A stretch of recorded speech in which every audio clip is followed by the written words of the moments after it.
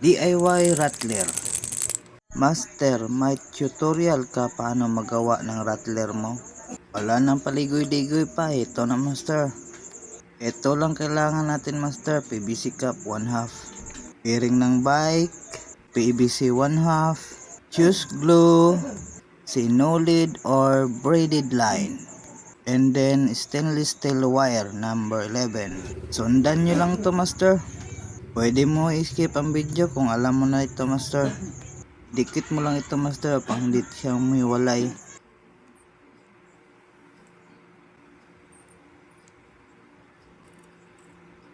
Ganito lang kadali mag-round ng stainless master. Tapos ipasok mo na kaagad. Dapat butasan nyo muna master, yung sakto lang. Tapos 3 bulitas yung kailangan. Idikit mo na yung kabila master.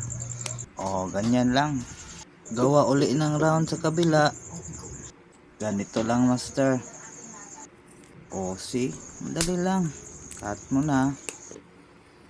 Dito na lalabas si braided line or sinolid, pwede dito master. Tapos cut mo na upang matakpan yung butas.